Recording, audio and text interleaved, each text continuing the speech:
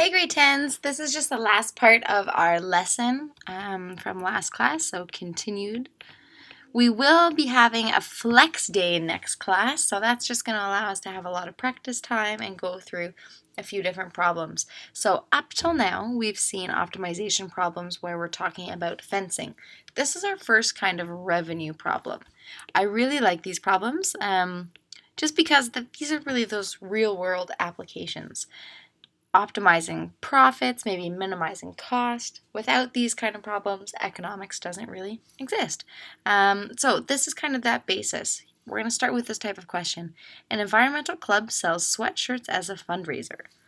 They sell 1,200 shirts a year, initially, at $20 a shirt. So right now I'm just going through and highlighting. I'm not really worried about creating an equation yet. They're planning to increase the price. So they are going to up the price. A survey indicates that for every $2 that they increase the price, there's going to be a drop of 60 sales a year. So if they up the price by $2, so say it's $22 a shirt, 60 less people in total will purchase a sweatshirt. Here's our question. What should the selling price be in order to maximize revenue? Well, revenue is something we haven't really talked about yet, but it's something we're all familiar with. It's how much money am I actually taking in? So think about it. It's the number of things that I'm selling times the price that I'm selling them at. Right? That's how much money I'm bringing in.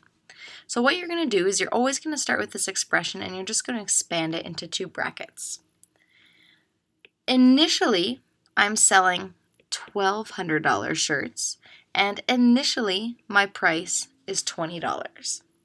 Then what's happening in the question, it says I'm increasing the price. So I up the price by $2. Okay. Now I'm going to put an X beside that because I'm not sure how many times they want to up the price. They could up it once, twice, 3 times. So for $2, $4, $6. And it says when they up the price, they're actually going to drop 60 people every time they drop the price. That's where that value of X comes in. So our statement says let X represent the number of price increases. So that's really important. The number of price increases. Now, in order to optimize this, I actually have to expand my revenue. So I'm going to get 24,000 plus 2,400x minus 1,200x minus 120x squared. Now I'm going to rewrite this just so I have everything in the correct order with my x squared term out front. Plus, that should be a 1,200 plus 2,400.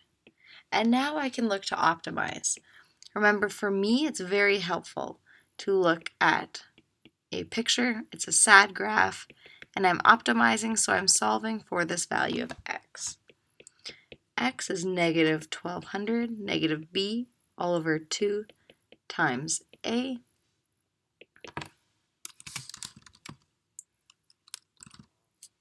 And I'm left with positive 5.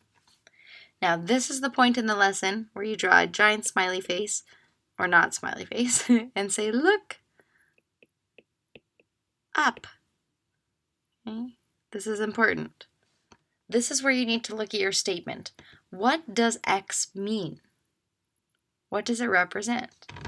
It represents the number of price increases. So this is telling me that 5 price increases is ideal. Okay? So if I'm talking about $2 of increase for every time, and I'm doing it 5 times, I'm increasing the price by $10. So the new price, the selling price,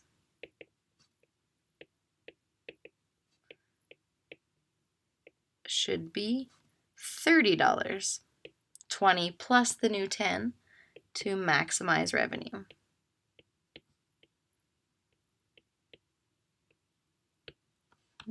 So that's a tricky part of this question, something I'm sure you will watch out for, especially if you draw that picture. What is X? It's price increases, the number of price increases. Solving for B, the last part, what is the max revenue? Remember I said this is a small line. All you're doing is into your revenue expression, and it doesn't matter which one. I'll maybe use this one here. I'm going to sub in my new optimal value. What is X? X is 5. 1200 minus 60 times 5, 20 plus 2 times 5.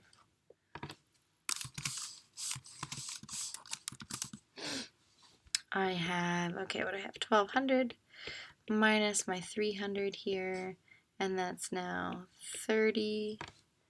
So I'm at 900.